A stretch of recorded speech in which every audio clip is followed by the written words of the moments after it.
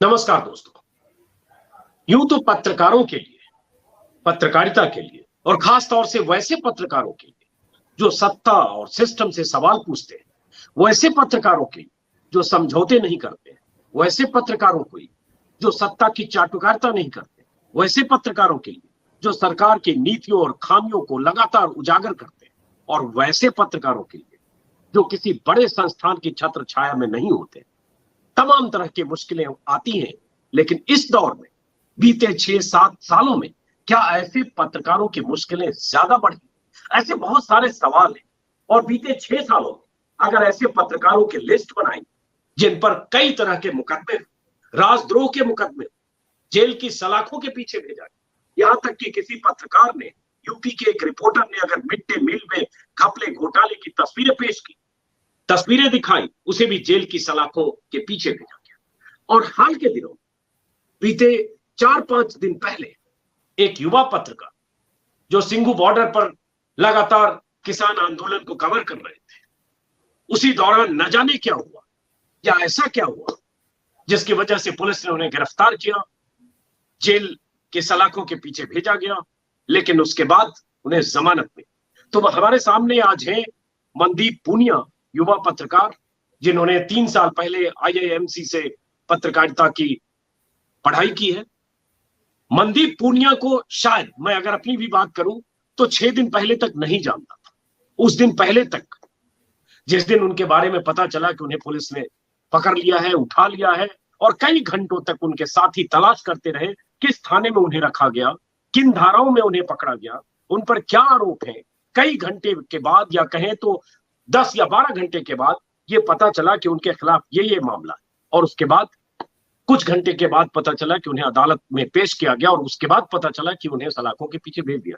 तो हमारे साथ है युवा पत्रकार मनदीप पूनिया, और मैं चाहूंगा कि मनदीप अपनी बात बताएं और इस बहाने देश के उन युवा पत्रकारों के सामने एक ऐसे युवा पत्रकार का चेहरा भी सामने आए, उसकी कहानी भी सामने आए, जो 30 तारीख को जब उन्हें गिरफ्तार किया गया, 31 तारीख को जब उन्हें जेल भेजा गया, लगातार ट्विटर पर ट्रेंड करते रहे, बहुत सारे लोग, हजारों लोग उनके बारे में लिखते रहे और उनकी गिरफ्तारी पर सवाल उठाते रहे, दिल्ली पुलिस की मंशा पर सवाल उठाते रहे, और ये कहते रहे कि क्या इस दौर में अगर कोई युवा पत्रकार अगर कुछ खुलासे करता है, अगर बताता और दिखाता है कि सिंघू बॉर्डर पर अगर पथराव हुआ, हिंसा हुई, तो वो हिंसक तत्व कौन थे?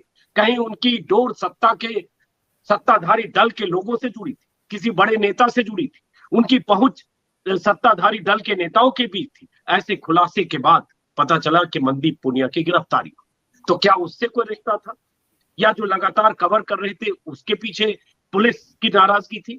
ऐसे बहुत सारे सवाल उस दौर में हवा में तैर रहे थे। हम जैसे लोग भी उस प्रदर्शन में शामिल थे, उस विरोध में शामिल थे, जो मनदीप पूनिया की रिहाई के लिए युवा पत्रकारों ने दिल्ली पुलिस मुख्यालय के बाहर प्रदर्शन किया। लेकिन आज मनदीप को मैंने खास तौर से बुलाया। पहले तो मनदीप, आपको सलाम है। हम सब लोग पत्रकारिता में है, 25-30 साल मेरा भी हुआ, लेकिन आज मैं आपको देख रहा हूं तो मुझे 30 साल पहले का दौर याद आता है, जब मैं भी करीब करीब आपकी उम्र का था। लेकिन लगता है कि इस दौर में युवा पत्रकारों की जिम्मेदारी ज्यादा है, और वो जिम्मेदारी जो निभाते हैं उसके खतरे हैं, और उस खतरे का सामना आपने किया है। और वो तस्वीरें हमने देखी है जब आपको पुलिस जेल ले जा रही थी या पुलिस अदालत ले जा रही थी, और तब भी आपकी मुस्कुराती हुई तस्वीर थी। और उसके बाद एक तस्वीर आई जब आप जेल से छूट कर आए, तो आपके पैरों पर आपने कुछ नोट्स बनाए थे, जिसमें आपने कहा कि जेल के भीतर से भी आपने कुछ कहानी जुटाई है, उन किसानों से बात की जो जेल में बंद। वो मैं आगे सुनूं उससे पहले मनदीप, क्योंकि आपका परिचय देश के सामने इस रूप में हुआ कि एक पत्रकार जो सच को दिखाने की कोशिश कर रहा था, वो पत्रकार दिल्ली पुलिस का शिकार हुआ और सलाखों के पीछे रहा। तो पहले मनदीप, मैं चाहता हूं कि आप बताएं कि उस रोज दरअसल हुआ क्या था, क्योंकि एक ही वीडियो मनदीप उस रोज आया था, जिस वीडियो में दिख रहा था कि पुलिस आपको खींचकर एक जो घेराबंदी थी उसकी तरफ ले जा रही थी। ये वीडियो था, कुछ सेकंड का वीडियो है, जिसमें लग रहा है कि कुछ पुलिस वाले आपको खींचकर जो बैरिकेडिंग की हुई है उसके भीतर ले जा रहे हैं। इसके अलावा कोई कहानी नहीं है। बाकी जो आपने छिटपुट ट्विटर पर 3 दिन पहले लिखा उतनी जानकारी तो आपसे जानना चाहते हैं मनदीप। बताइए कि उस रोज क्या हुआ था, और इस बहाने कुछ और ऐसी बातें जिससे आपकी कुछ कहानी भी सामने आए। 30 जनवरी की बात थी और मैं करीब 6-6:30 बजे के आसपास किसान संघर्ष मजदूर कमेटी की प्रेस कॉन्फ्रेंस अटेंड करने जा रहा था। तो मैं तभी देखता हूँ कि जो माइग्रेंट वर्कर्स कुंडली इंडस्ट्रियल एरिया में काम करके दिल्ली की तरफ लौट रहे थे, तो उनको पुलिस बैरिकेड्स के पास गालियां दे रही थी और वापस भगा रही थी और कह रही थी किसी और रास्ते से जाओ, जबकि हर रोज वो उसी रास्ते से जाते थे। तो इस बीच मैंने वीडियो बनानी शुरू कर दी। एक पत्रकार और थे धर्मेंद्र, उन्होंने वीडियो बनानी शुरू कर दी। तो धर्मेंद्र बैरिकेड्स के थोड़ी नजदीक थे, तो एक पुलिस वाले ने चालाकी से उन्हें बुलाया अपने पास और उनको खींच दिया।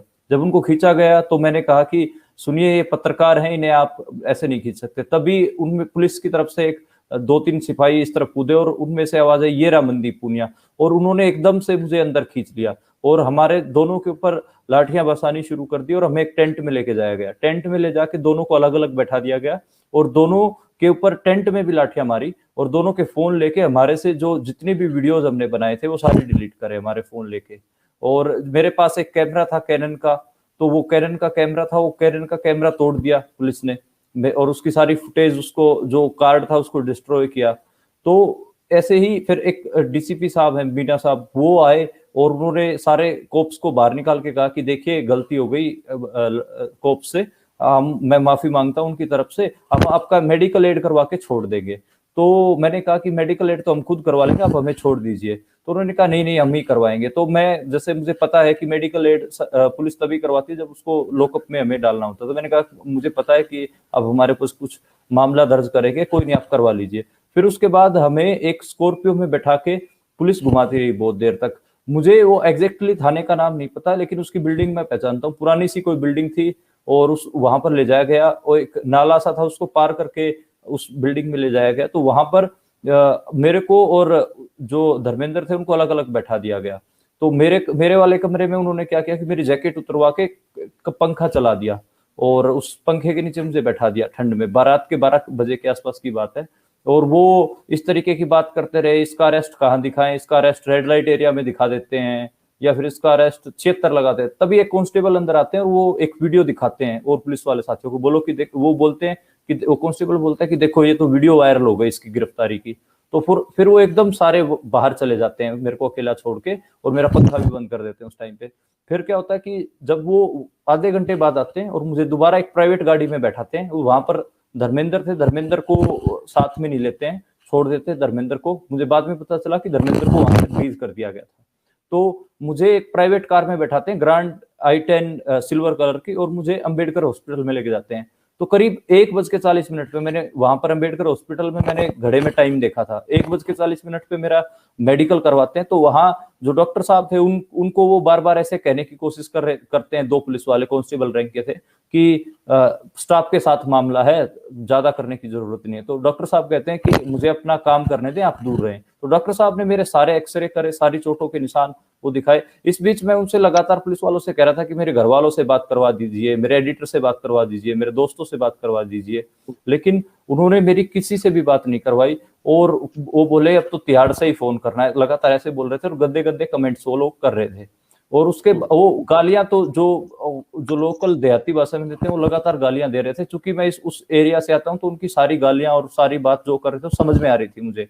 और उसके बाद फिर 3:30 बजे मुझे समयपुर बादली थाने में लेके गए। इस बीच मेरे जो जितने भी पत्रकार साथी थे, मेरे परिवार था, वो सारा अलीपुर थाने में घूम रहा है, कभी कहीं घूम रहा है, वो उनको कोई जानकारी नहीं दे रहे थे। मनदीप, मैं ये जानना चाहता हूं, जैसे आपने कहा तो टॉर्चर जैसा है कि ठंड के मौसम में पंखा चला दिया गया, कपड़े हटा दिए गए, पुलिस किसी और ढंग से आपको बुक करने की कोशिश कर रही थी जो आप बताए, लेकिन आपको क्या लगता है क्यों हुआ ऐसा? वो स्टोरी जो आपने की थी, जो फेसबुक लाइव, वो मैंने देखा, जिसमें आपने बताया कि कैसे जो पत्थरबाजी सिंघू बॉर्डर के बाहर हुई, उसमें एक पत्थरबाज ऐसा भी था जो बीजेपी से जुड़ा था, बीजेपी के बड़े नेता के साथ उसकी तस्वीर थी, अखबार में भी उसकी मौत करके तस्वीरें छपी, और आपने शायद ऐसा भी उसमें बताया था कि मुझे याद आ रहा है कि मैं और भी खुलासे करूंगा इसके बारे में। तो क्या आपने जो स्टोरी की और पुलिस ने जिस ढंग से आपको पकड़ा, उस दोनों का कोई लिंक था या इमीडिएट कोई वजह हुई? क्या लगता है आपको? मुझे तो लिंक समझ में आता है। उसका कारण ये है, एक तो मैं डीसीपी मीना साहब से बात कर रहा था, जब डीसीपी मीना से बाइट लेने की कोशिश कर रहा था, असल में वो स्टोरी में टेक्स्ट स्टोरी कर रहा था द कैरावैन के लिए, लेकिन चूंकि पुलिस से बात करने में थोड़ी दिक्कत हो रही थी, तो मैंने एक छोटा सा फेसबुक लाइव पहले ही बना दिया था स्टोरी होने से पहले। तो उस दिन भी मैं सिंगू बॉर्डर पर था, तो मैंने बात करने की कोशिश की। डीसीपी मीना साहब से मेरी फोन पे भी बात हुई, उसकी उनकी जो बातचीत है वो भी मेरे पास, उसके नोट्स भी हैं जो उन्होंने मुझे बताया था। जब डीसीपी मीना साहब टेंट में आए तब भी मैंने उनको कहा कि आप मुझे जानते हैं, आज हमारी बात हो रही थी, तो उन्होंने स्वीकारा कि हाँ पत्रकार हैं, आज हमारी बात हुई थी, आप द कैरावैन से हैं, तो उन्होंने ये बात स्वीकारी। और जब वो पीट रहे थे पुलिस वाले टेंट में, तो वो इस तरीके से देसी भाषा में ऐसे बोल रहे थे, और इसने बनाओ बड़ा पत्रकार, यो बनेगा पत्रकार, इसने बनाओ फेमस, यो बना है रिपोर्टर, यो बताओगा कि कौन डले मार के गया, कौन बट्टे मार के गया है, यो बताओगा दुनिया ने कि कौन बट्टे मार के गया। वो इस तरीके से पूरे बोल रहे थे, तो मुझे समझ में आ रहा था कि ये उन्होंने बिल्कुल टारगेट करके किया है। तो आपके साथ जो पिटाई आपकी हुई, या आप क्या कहूं, ये सुनने और बोलने में भी गुस्सा आक्रोश हम लोगों को भी आता है, लेकिन जो हुआ बदसलूकी वहां टेंट में, क्या थाने में भी उस तरह से किया? थाने में मारपीट, जैसे कोई किसी ने थप्पड़ मार दिया, किसी ने मुक्का मार दिया, वैसे डंडों से नहीं मारा थाने में। थाने में वो पंखे वाला उन्होंने पूरा कई देर तक चालू रखा, पंखा, कपड़े उतरवा के पंखा चालू रखा। मुझे बहुत ठंड लग रही थी, और मेरे जो जूते थे वो भी उन्होंने निकलवा दिए थे, मुझे नंगे पैर बैठा रखा था।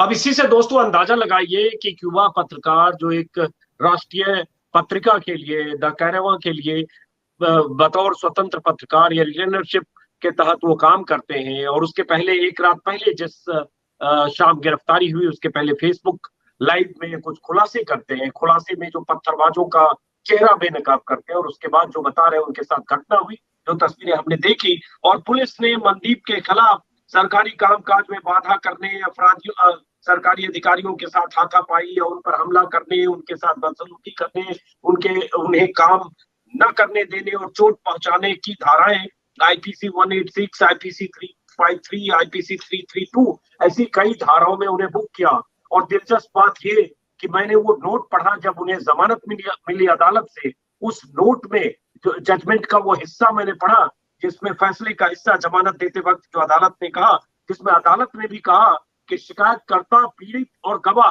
खुद पुलिस वाले हैं, और ऐसा लगता नहीं कि इसकी संभावना नहीं है कि आरोपी के पास कोई हथियार भी बरामद नहीं हुआ, और आरोपी इस तरह से कर सकता है जो आरोप उस पर लगा। ये जमानत देते वक्त अदालत ने अपने ऑर्डर में कहा है। तो मनदीप, ये बताओ, क्योंकि आपके बारे में देश ने बीते 6 दिनों में, 30 तारीख की घटना है, आज 5 दिन मान लें, तब से लोगों ने जाना, और आपको लेकर इतने पत्रकारों ने आवाज उठाई। एक अच्छी चीज ये रही कि लोगों ने उठाई, रिलीज मनदीप पुनिया, हजारों लोगों ने ट्वीट किया। अब ये बताएं कि चूंकि आप जेल गए और जब वापस लौटे, तो आपके पैरों पर कुछ नोट्स थे मनदीप, और आपने कहा कि आपने अंदर किसानों से कुछ बात की, और उसके बाद आप वो भी बताएंगे कि अंदर क्या हुआ। जरा वो भी बताइए, फिर पत्रकारिता के खतरे पर हम बात करते हैं। जी, मैं जब जेल में गया, तो वहां पर जो कैदी थे वो पहले से मुझे जान रहे थे, जेल का स्टाफ भी मुझे जान रहा था, तो वो मुझे कोई ऐसी दिक्कत वहां पर हुई नहीं जेल में। और मुझे जिस बैरक में डाला गया, जिस वार्ड में डाला गया, वहां पर किसान बंद थे। तो पहले मुझे लग रहा था जेल में जाते वक्त कि मेरे साथ गलत हुआ है और मैं विक्टिम हूं, लेकिन जब किसानों से बातचीत की, जब उन्होंने मुझे अपने जख्म दिखाए, चोटें दिखाई, तो मुझे लगा कि मेरे से ज्यादा बड़े विक्टिम तो ये हैं, सत्ता के ज्यादा सताए हुए तो ये लोग हैं। और जेल में जब था तो दिमाग में ये भी चल रहा था कि मेरे जैसे पता नहीं कितने पत्रकारों को ऐसे ही पुलिस बंद कर देती है। सिद्दीकी कप्पन साहब का मुझे ख्याल आया, जो हाथरस में रिपोर्ट करने गए थे, उनको गिरफ्तार कर लिया था। उनका मेरे बार पूरा दिमाग में आ रहा था, क्योंकि वो 3-4 महीने हो गए थे गिरफ्तार हुए। तो और साथ में जब मैं किसानों को से बात कर रहा था, तो वो अपनी चोटें दिखा रहे हैं, और वो चिंतित थे लेकिन डरे हुए नहीं थे।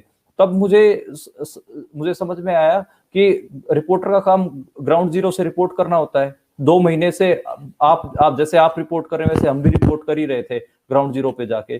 तो चलो ठीक है, अब जेल में डाल दिया है तो जेल से भी रिपोर्ट करते हैं इनकी। लेकिन मैं इसमें एक बात ये कहूंगा कि जेल कोई ग्लैमर चीज नहीं है, वो उसमें बड़ा आदमी तकलीफ में होता है। 7x10 के कमरे में बड़ी मुश्किलों 3-3 लोग ठूसे होते हैं, और आप बाहर नहीं निकल पाते।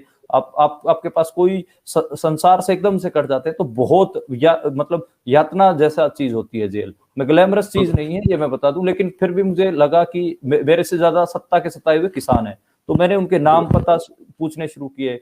पैन का एक जुगाड़ हो गया, तो चुनौती थी कि अब लिखें कहाँ, तो फिर मुझे लगा कि मैं बॉडी पे ही लिखना शुरू कर देता हूँ। फिर मैंने अपने पैरों पे उनके नाम, नंबर, उम्र और साथ में जो जो स्टेटमेंट दे रहे थे, मैं शॉर्ट जो हम पत्रकार करते हैं नोट्स बनाते हैं छोटे छोटे, तो छोटे छोटे याद रखने के लिए वो नोट्स मैंने लिख लिए। तो यही था कि मैं जब जेल से बाहर जाऊंगा तो जेल के जो अंदर किसान होंगे उनके बारे में बताऊंगा, और साथ में जो पत्रकार गिरफ्तार हैं उनको भी छोड़े जाने के लिए मांग करूंगा। मनदीप, थोड़ा अपने बारे में आप बताओ। आप 2017 में आपने आईआईएमसी, जो देश की सबसे प्रतिष्ठित पत्रकारिता संस्थान है, वहां से आपने पढ़ाई की। उसके बाद ये 3 साल का गैप, क्या करते हो, कहाँ रहते हो? क्योंकि बहुत सारे लोग आपका बैकग्राउंड नहीं जानते हैं। और क्या आप लगातार, ये कहा गया, जो हम लोगों को किसी ने बताया, कि लगातार आप सिंघू बॉर्डर पर ही थे, टेंट या ट्रॉली में रह रहे थे? तो थोड़ा उस दौर के बारे में बताइए मनदीप, अपने बारे में। जी, मैं आईआईएमसी में आया था पढ़ाई करने के लिए। मैं हरियाणा से हूँ, खुड्डन गांव है मेरा, नॉर्मल किसान परिवार से आता हूँ। तो आईआईएमसी में आया तो उस समय मैंने पत्रकारिता की पढ़ाई की, और आप भी हमें पढ़ाने आए थे एक बार, तो मैंने आपका भी सुना था। तो मैं पूरा जो आईआईएमसी में रहा उस समय मुझे समझ में आया कि जो कॉर्पोरेट मीडिया है उसमें काम करने का फायदा नहीं है। फिर मैंने ठानी कि मैं फ्रीलांस पत्रकारिता करूंगा शुरू से ही। एक दो बार मैंने एक दो महीने के लिए कुछ इंस्टीट्यूट ज्वाइन भी किए, लेकिन वहां पर बात नहीं कर पाई। वो सिर्फ डेस्क पे रखते थे और मैं गांव जवार से रिपोर्ट करना चाहता था। उसके बाद फिर मैंने जो अल्टरनेटिव जो मीडिया हाउसेज है उनमें रिपोर्ट करना शुरू किया। Newslaundry, the Wire, Caravan, इन सब में मैंने रिपोर्ट लिखनी शुरू की। मीडिया विजिल, जनपथ, तो इन सब में मैंने रिपोर्ट लिखनी शुरू की। और मैं आप लोगों के, आप जो किस्सा गोई शैली में जो आप लिखते थे, तो पुराने आपके लिखे हुए, चाहे मायावती जी के ऊपर हुए या फिर किसी और, वो सब में पढ़ता था। तो मुझे वो जो रिपोर्ट लिखने की शैली भी वही रखनी थी कि मैं कथात्मक शैली में, किस्सा गोई शैली में रिपोर्टें लिखा करूंगा। स्लो जर्नलिज्म करूंगा, गांव से देहात से हफ्ते में एक रिपोर्ट लिखा करूंगा, कोई नहीं। तो वो मैंने अपनाया। आप देखेंगे कि मैंने 60 से 70 के करीब रिपोर्टें लिखी हैं, अलग अलग विषयों पे लिखी हैं। खेती किसानी, मनरेगा मजदूर, सीवर वर्कर, वो अलग अलग जगह प्रकाशित हुई। स्टोरीज एशिया, कुछ इंटरनेशनल प्लेटफॉर्म्स पे भी प्रकाशित हुई हैं। स्टोरीज एशिया उनमें से एक है, तो डिप्लोमेट एक है। ये इस तरीके से मैंने बहुत सारी जगहों पे अलग अलग जो संस्थान हैं उनमें रिपोर्टिंग में कर रहा था। और जो किसान आंदोलन है वो मैं पंजाब से हरियाणा में जब शुरू में बिल्कुल स्पार्क हुई थी तभी से ही मैं इसको कवर कर रहा था, किसान आंदोलन को। और जब शुरू 26 नवंबर से तो मैं रेगुलर इसको कवर कर रहा था। 26 तो आप नवंबर कोई सिंघू बॉर्डर का जो किसानों का जो मोर्चा है, जहां वहीं रह रहे थे मनदीप? हाँ, मैं मतलब घूमता रहता था। जैसे सिंगू हूं तो मैं 3-4 दिन सिंगू ही रुकता था। मैं मेरे पास एक छोटा सा टेंट भी है अपना। अगर ट्रॉली में जगह नहीं मिलती थी तो मैं अपना खुद का ही टेंट लगा लेता था। शाहजहांपुर बॉर्डर में गया, टिकरी बॉर्डर में गया, गाजीपुर में गया। इसके अलावा मसानी बराज के जो किसान थे उनके पास में गया। और जो हरियाणा पंजाब में जो किसान और टूल टैक्सों पे जो थे उनके टूल टैक्सों पे भी मैं गया। तो मैं घूमता रहता था, एक जगह में 3-4 दिन जरूर टिकता था। तो और आपने अपना कैमरा और कुछ सेटअप भी रखा है? कैमरा सेटअप तो नहीं, एक छोटा सा कैमरा था कैनन का, बाकी तो फोन से ही फेसबुक लाइव करता था। दूसरा मेरा लिखने का होता था, और मैं थोड़ा सा आंदोलन को पॉलिटिकली भी कवर कर रहा था। मैंने किसान नेताओं से सवाल पूछने, किसान नेताओं के ऊपर क्रिटिकल रिपोर्ट लिखना, जैसे वीएम सिंह के ऊपर मैंने और योगेंद्र यादव जी के ऊपर मैंने लिखा था। तो मैं उसकी जो पॉलिटिक्स, जो उसके जो फैसले हैं किसान आंदोलन के, उनको बहुत नजदीकी से देख रहा था। प्रेस कॉन्फ्रेंसेस जो होती थी संयुक्त किसान मोर्चे की, उनमें आप देखेंगे तो हर रोज मैं सवाल पूछता था किसान नेताओं के। मैं कोई ऐसे नहीं पूछता था कि क्या आपकी सिक्योरिटी क्या करेंगे, वॉलंटियर क्या कर रहे हैं। मैं सीधा पूछता था कि आपकी उनसे क्यों नहीं बन रही है, आपने ये डिसीजन लिया इसका ये होगा। तो मैं पूरा उनसे क्रिटिकल सवाल पूछता था, किसान नेताओं से भी। तो मेरा यही था कि मैं एक एक चीज इसकी बारीकी वो कर पाऊं। और डेली मैं डायरी लिखता था, और जितना भी अखबार वगैरह है उनकी कटिंग को मैं आर्काइव करता था, ताकि इसको पूरे को रिपोर्टाज के तरीके से कवर कर सकूं। 5-6 रिपोर्टें मैंने लिखी, 1-2 इंटरव्यू किए। और जो फेसबुक के जो इंटरव्यू थे मैंने ये मान के चलो कि 100 के आसपास तो मैंने फेसबुक पे वीडियो बनाए हैं इसके, और वो मैंने रखे। तो मेरा था कि मैं रिपोर्टाज लिखूंगा इसके ऊपर पूरा।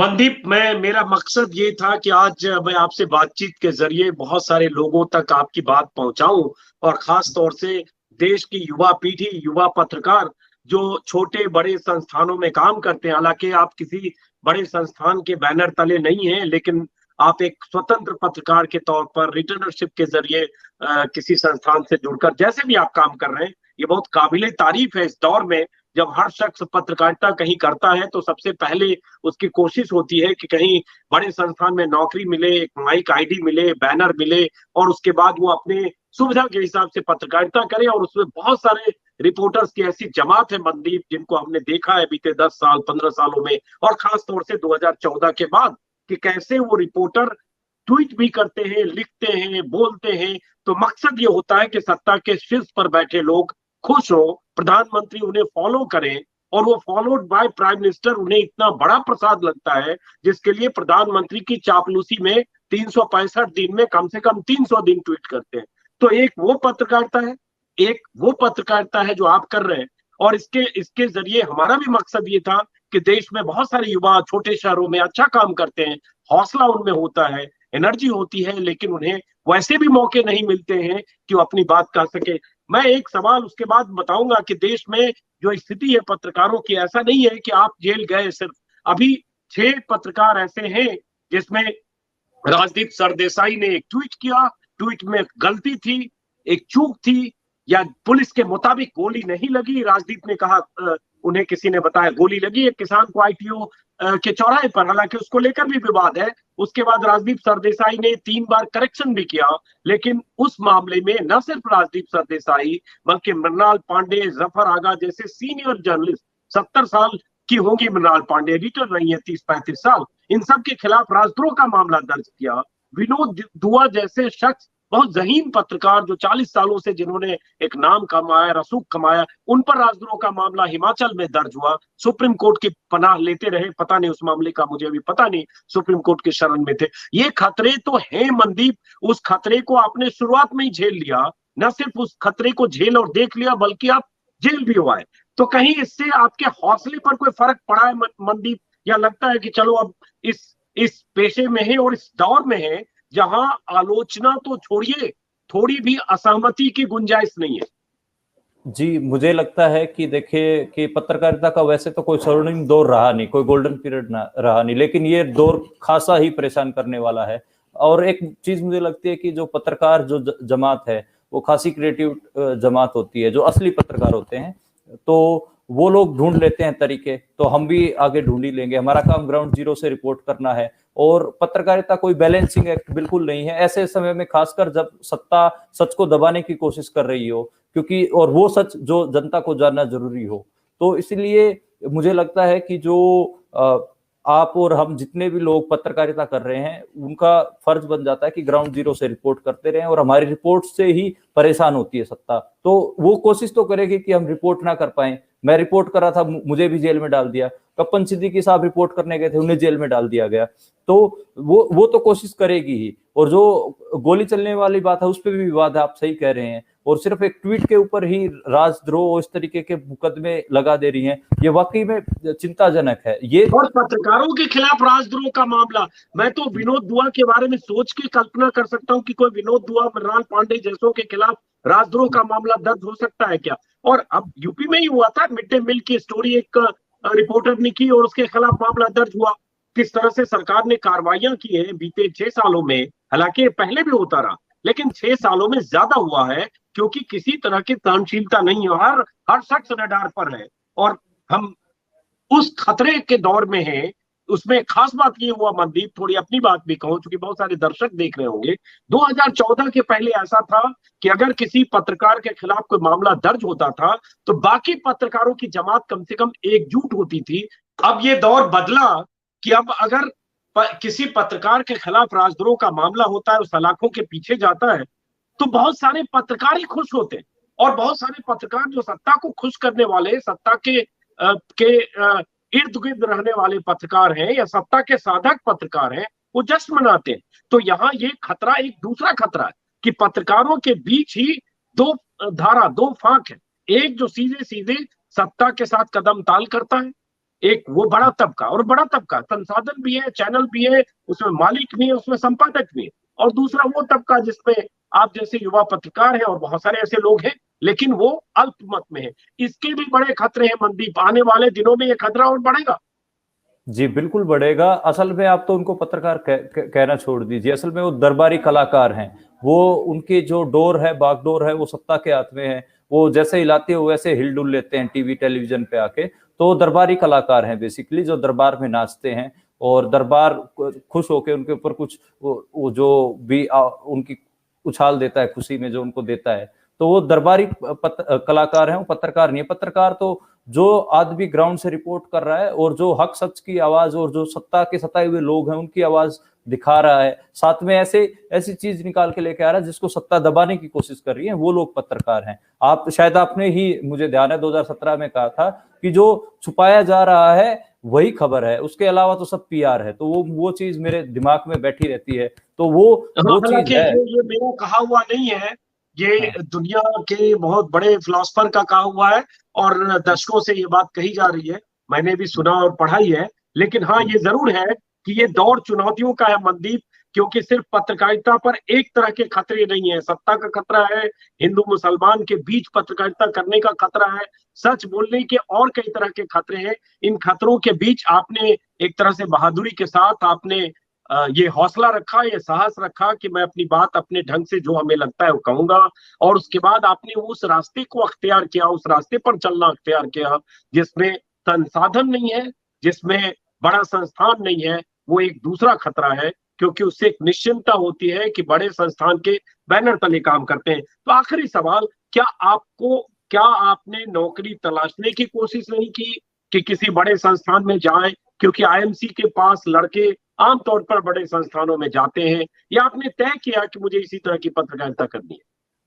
मैं कोशिश की, मैं कुछ संस्थानों में गया, लेकिन मुझे समझ में नहीं आया और बहुत जल्दी मैंने वो उनको छोड़ दिया। और मैंने फिर डिसाइड किया कि मैं सिलेक्टेड एडिटर्स के साथ काम करूंगा, जो स्टैंड लेते हैं और खड़े होते हैं हक सच के लिए, और अच्छे जो पत्रकार रहे हैं, जिनका एक आर्काइवल वैल्यू भी है और जो जिनकी इज्जत भी है उनकी पत्रकारिता की वजह से। तो उनके साथ काम करने की मैंने सोची, और गांव देहात से हरियाणा, पंजाब, पश्चिमी उत्तर प्रदेश, राजस्थान, यहाँ से फिर मैंने ग्राउंड रिपोर्टें शुरू कर दी। और मुझे लगा कि यही पत्रकारिता है। इसी जो हमारे प्रोफेसर आईआईएमसी में बार बार समझाने पढ़ाने की कोशिश कर रहे थे, उसको इसी तरीके से किया जा सकता है। अभी उतना मौका नहीं है, क्योंकि आप देखेंगे पत्रकारिता के संस्थान जो मेन स्ट्रीम के हैं, उन्होंने अपने कोड ऑफ कंडक्ट बना रखे हैं। बताइए, पत्रकारों के ऊपर ही कोड ऑफ कंडक्ट बना रखे हैं। आप सोशल मीडिया पे ये शेयर नहीं करेंगे, आप ऐसे नहीं बोलेंगे बाहर, आप पॉलिसीज हैं प्रॉपर संस्थानों की, आप ऐसे नहीं खासेंगे, ऐसे नहीं वो करेंगे, ऐसे करेंगे तो सत्ता बुरा मान जाएगी। वो पॉलिसी, एक मिनट मनदीप, वो हाँ पॉलिसी की हद यह है कि सरकार के खिलाफ नहीं करेंगे। चाटुकारिता जितनी करनी है उसमें कोई पॉलिसी नहीं है। आप एंकर्स, एडिटर्स, रिपोर्टर्स के ट्वीट को मॉनिटर अगर कर ले 2 महीने के, तो आप देखिए कि नरेंद्र मोदी और अमित शाह और सरकार के समर्थन में जितने ट्वीट करते हैं, कृषि कानून जितना किसान नहीं समझते हैं या उसके खिलाफ आंदोलन कर रहे हैं, पत्रकार उनके फायदे गिना रहे। तो इसलिए वहां पॉलिसी इसलिए आ गई क्योंकि जो पत्रकार थोड़ा भी अगर बीच की का रास्ता अख्तियार करते हैं, थोड़ा आलोचनात्मक सुर जिनके हैं, इसलिए पाबंदी लगी। लेकिन चलिए मनदीप, फिलहाल इस बातचीत को खत्म करेंगे, और इस उम्मीद के साथ कि आप यूं ही पत्रकारिता करते रहें, उसी रास्ते पर चलते रहें जो रास्ता आपने खुद चुना है। रास्ते में मुश्किलें हैं, संघर्ष हैं, कील और कांटे हैं। आपको पता है कि दिल्ली में कील और कांटे बहुत बिछाए गए हाल के दिनों जी में, बीते 3 दिनों से हर जगह कील और कांटे हैं। जहां संघर्ष है उसके साथ ये जुड़ी हुई चीज है। लेकिन चलिए, शुभकामनाएं, और एक बार फिर आपको सलाम करता हूं। युवा है और आप जैसे युवाओं के जिम्मे, युवाओं के कंधे पर ही आगे की पत्रकारिता है। चलिए, जी, नमस्कार, शुक्रिया मनदीप। शुक्रिया सर, थैंक यू।